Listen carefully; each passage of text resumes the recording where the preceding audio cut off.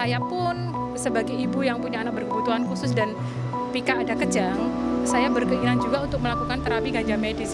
Masalah kesehatan itu saya kira ya harus kecuali dalam membuat fatwa baru.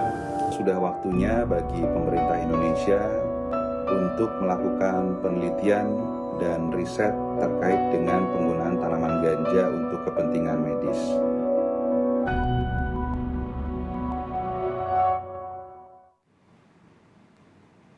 Wacana legalisasi ganja medis terus bergulir. MUI masih mempelajari permintaan fatwa ganja medis yang disampaikan Wakil Presiden Ma'ruf Amin.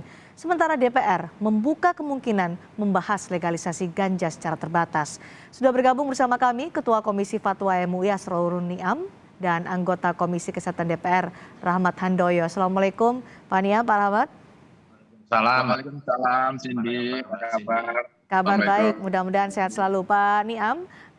Wakil Presiden kemarin menyatakan bahwa kalau bisa bikin fatwa baru jika ganja untuk medis membawa manfaat yang lebih baik. Bagaimana langkah yang selanjutnya diambil oleh MUI setelah ada permintaan dari Wakil Presiden? Ya, terima kasih ya.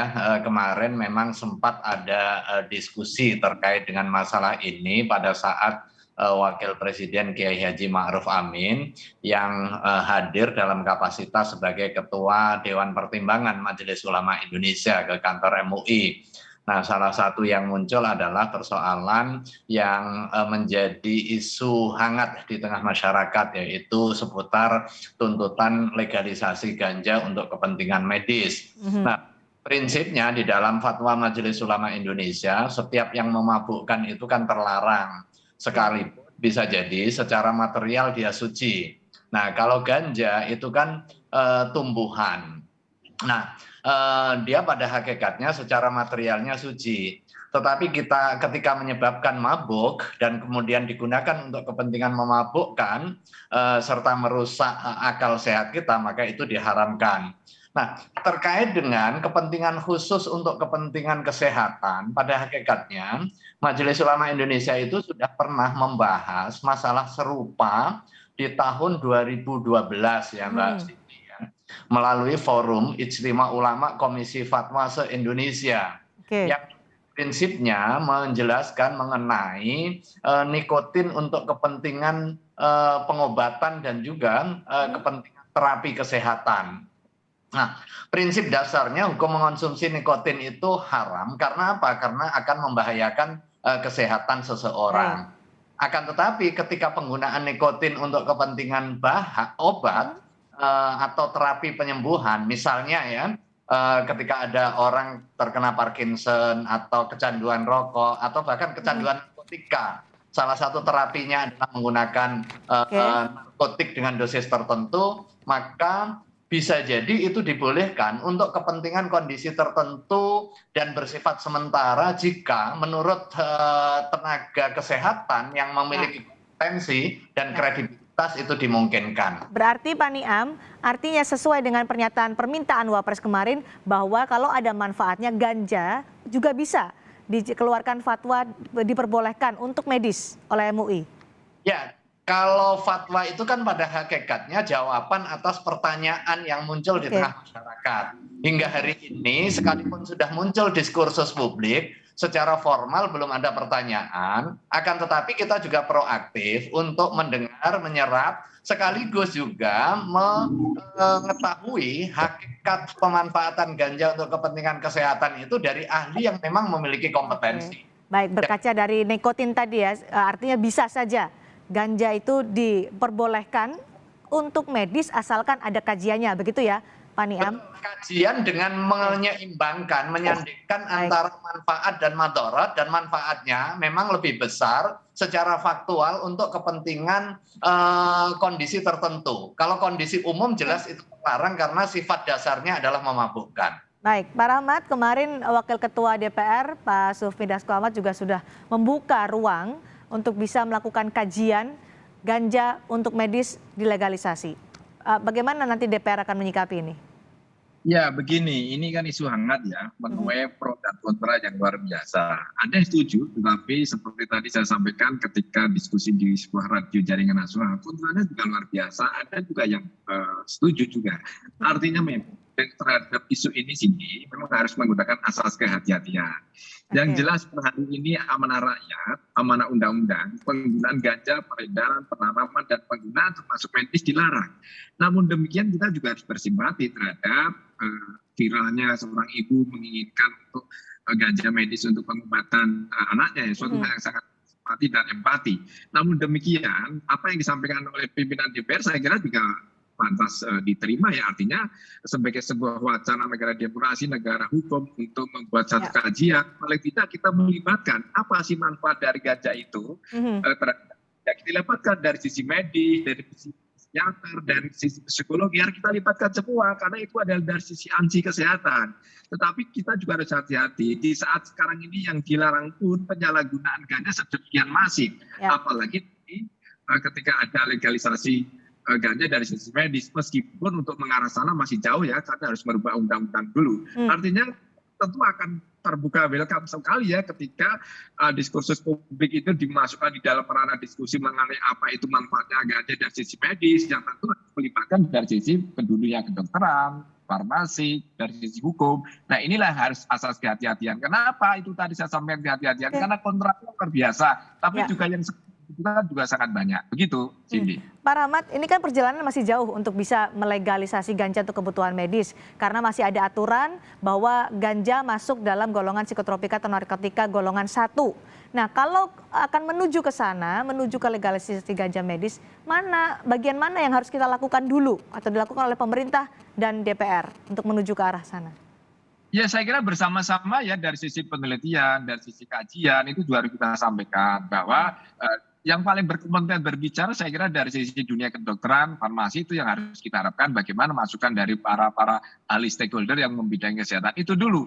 Adakah obat di luar sejenis ganja, di luar ganja itu bisa menyembuhkan terhadap penyakit itu? Tetapi kalau tidak ada, saya kira penggunaan hanya penyakit tertentu, hanya menggunakan jenis penyakit dari jenis bahan dari ganja, saya kira masuk akal kalau menggunakan atau dikaji. Tetapi kalau ada penyakit yang membutuhkan ganja tetapi di luar ganja ada obatnya, saya kira juga menjadi debatable. Tetapi apapun, karena ini adalah dunia ilmiah, ini adalah dunia keilmuan, saya kira untuk mendapatkan masukan diskursus masyarakat kaitannya dengan manfaat ganja dari sisi medis sangat dibutuhkan. Namun demikian kita harus sampaikan suara yang kontra terhadap penggunaan ini juga harus kita hormati, karena pro dan kontra efek dari penyalahgunaan ganja kan sedemikian rupa. Tetapi sekali lagi kita setuju, tetapi dengan menggunakan asas kehati-hatian, tentu melibatkan pihak-pihak yang berkompeten dari dunia kedokteran, farmasi, dan yang lain. Baik, kajian kesehatan dulu atau farmasi dulu atau aturan dulu yang diubah atau paling tidak bisa untuk mengakomodir ini?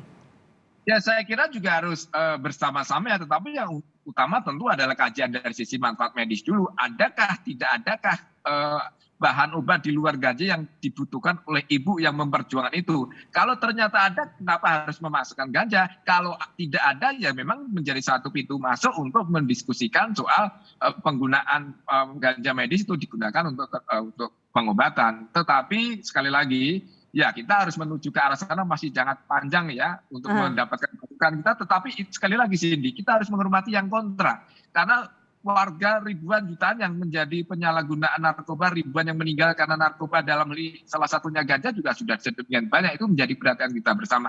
Namun demikian bukan berarti meskipun ada korban yang meninggal dunia, ada masukan terhadap dari sisi medis, ya kenapa tidak? Yang bersuara mestinya dari dunia kedokteran dan farmasi. Apa dampaknya dan apa risikonya? Kalau dari si penegakan hukum, saya kira kepolisian harus memang menegakkan aturan saat ini. Ganja tidak boleh saat ini. Tetapi saya kira simultan, saya kira tidak masalah untuk diskursus publik ya. Namun demikian dengan menggunakan asas kehati-hatian. Cindy. Baik, MUI menunggu kajian secara medis atau secara kesehatan atau aturan dulu, Pak Niam?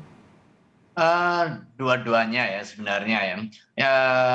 Prinsip dasarnya ganja itu kan memabukkan, makanya hukum dasarnya dia haram untuk bisa dimanfaatkan Karena apa? Karena prinsip dasarnya memabukkan.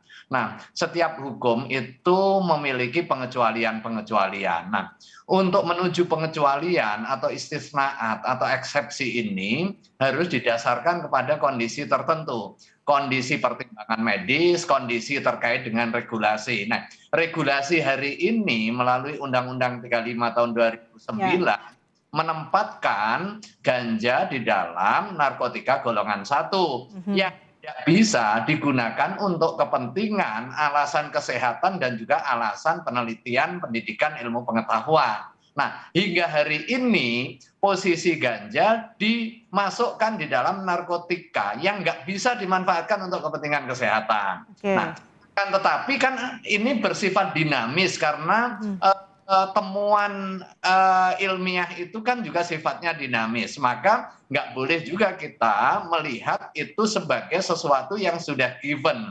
Karena ketika ada perkembangan pasti harus ada adaptasi terhadap perubahan itu. Termasuk di dalamnya adalah penetapan hukum dan juga pembangunan regulasi. Pak Rahmat, Anda tadi mengkhawatirkan juga mengatakan harus menghargai mereka yang kontra dengan penggunaan ganja untuk kepentingan medis. Apakah itu perlu turunan aturan yang harus dibuat supaya tidak ada penyalahgunaan ganja di luar kepentingan medis? Begini, itu kan sudah amanat rakyat. Apapun yang namanya golongan 1 itu kan dilarang penggunaan termasuk dari medis. Itu udah tidak ada diskusi lagi. Nah, kaitannya menuju untuk melegalisasi ganja medis kan harus ada perubahan undang-undang. Untuk menuju perubahan undang-undang itu kan harus ada informasi yang masif, yang komprehensif, masukan dari ahli. Siapa itu? Ya dunia kedokteran, dunia farmasi, dunia psikologi. Apalagi mohon maaf harus saya sampaikan daftar WHO kemarin merilis saat ini terjadi goncangan luar biasa, depresi yang meningkat, kemudian bunuh diri yang meningkat karena begitu banyaknya negara yang legalisasi ganja. Gitu. Untuk itu saya kira untuk menuju legalisasi ya tentu saya kira yang utama tentu adalah kita ingin mendapatkan data yang valid, data yang pasti bahwa benar-benar ada manfaat dari sisi ganja medis. Kalau ternyata mudaratnya lebih banyak, saya kira juga kontraknya juga sedemikian ya harus kita hormati. Artinya memang sebelum arah menuju legalisasi ganja medis itu harus benar-benar kita harus mendapatkan informasi yang utuh secara komprehensif dari dunia farmasi, dunia kedokteran. Memang dunia kedokteran sangat membutuhkan yang namanya ganja medis. Kalau ternyata dunia kedokteran ada alternatif obat di luar ganja medis, saya kira juga menjadi debatable juga. Untuk itu saya kira serahkanlah pada ahlinya yang membidangi dunia medis, dunia kedokteran, dunia farmasi, dan psikologi psikiater itu juga dibutuhkan untuk masukan secara kolektif. Tapi tidak tertutup kemungkinan kan Pak untuk bisa membahas itu, artinya tidak akhirnya ditutup karena ada pro dan kontra, tapi masih tetap ada kemungkinan yang terbuka untuk membahas soal legalisasi ganja secara terbatas yaitu untuk medis. Sebagai sebuah negara demokrasi dan negara hukum, kenapa tidak? Sebagai ranah diskusi publik, itu ada ke asas kemanfaatan. Namanya undang-undang dasar aja bisa dirubah, termasuk di dalamnya undang-undang yang kita buat. Tetapi sebagai sebuah negara hukum, kita harus taat dan hormat yang namanya undang-undang amanah rakyat terhadap dilarangnya penggunaan ganja dari sisi sebatas medis pun dilarang. Untuk itu harus dihormati. Untuk kalau ada yang berminat itu harus kita dengarkan dulu dari sisi medis secara komprehensif. Apa manfaatnya, apa mudaratnya lebih banyak atau lebih tinggi dari sisi manfaatnya, itu harus disampaikan kepada publik. Tetapi ingat, saat ini pun yang sudah dilarang penggunaan ganja pun masih segitu masifnya penyalahgunaan. Nah, ini menjadi tugas dan perhatian kita bersama, jangan sampai terjadi penyalahgunaan yang lebih masif ketika nanti di medis. Tapi itu nomor 2. Yang penting adalah kita minta informasi, kajiannya lebih komprehensif dari stakeholder, para pihak kesehatan, bahwa benar ada memang mengharuskan ganja medis digunakan untuk penyakit-penyakit tertentu.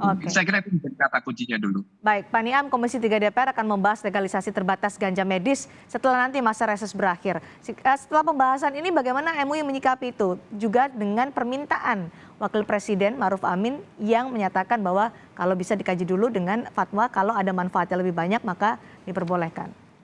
Ya, tentu selepas ini MUI juga melakukan kajian literatur ya terkait dengan masalah ganja dalam perspektif hukum Islam, karena walau bagaimanapun prinsip dasar keagamaan Islam adalah melindungi kemaslahatan umum. Ketika maslahat dan madarat bertemu, maka harus ditimbang mana kemaslahatan, mana madarat. Kalau madaratnya lebih besar, maka dia harus ditinggalkan sekalipun di situ ada kemaslahatan yang dituju. Cuma poinnya bahwa hukum tentu bisa berubah seiring dengan perubahan kondisi, perubahan ilat, dan juga perubahan sebab yang muncul pada saat undang-undang atau aturan itu dibuat.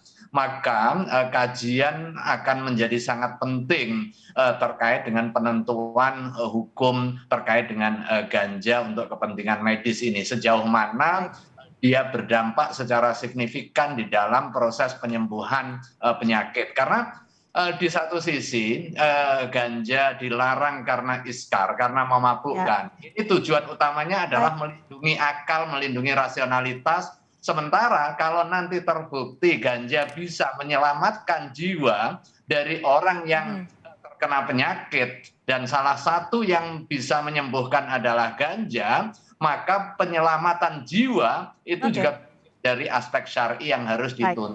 Baik, terakhir untuk Pak Rahmat, Komisi 3 DPR menyatakan akan membahas legalisasi ganja setelah masa reses berakhir. Komisi Kesehatan kapan? Ya, untuk Komisi Kesehatan belum ada diskusi soal ini ya, tetapi kita juga sambut positif terhadap rencana mengajak para pihak untuk mendiskusikan asas manfaat. Yang paling penting kuncinya adalah kita mendapatkan informasi komprehensif, kajian yang komprehensif, apa itu manfaatnya terhadap ganja dari sisi medis dan apa mudaratnya. Nah, dari situlah kami setelah mendapatkan kajian yang mendalam, barulah kita akan berpikir apa langkah ke depan ketika akan merubah aturan itu. Jadi kuncinya saya kira kebijakan itu dari sisi apa itu kajian itu. Saya kira kita masih ada waktu untuk mendengarkan, dan apa yang disampaikan Komisi 3 saya kira juga tidak ada masalah, bagus-bagus saja dalam rangka untuk mendapatkan informasi yang utuh dari masyarakat. Terbuka kemungkinan untuk membahas legalisasi ganja untuk medis, tapi ada prinsip kehati-hatian, paling tidak kajian dari sisi kesehatan dan juga aturan hukum juga harus diperhatikan. Terima kasih Pak Asrorun Niam dan juga Pak Rahmat telah bergabung bersama kami di Kompas Petang hari ini. Terima kasih banyak. Baik, salam sehat, Cindy. Assalamualaikum. Waalaikumsalam warahmatullahi wabarakatuh.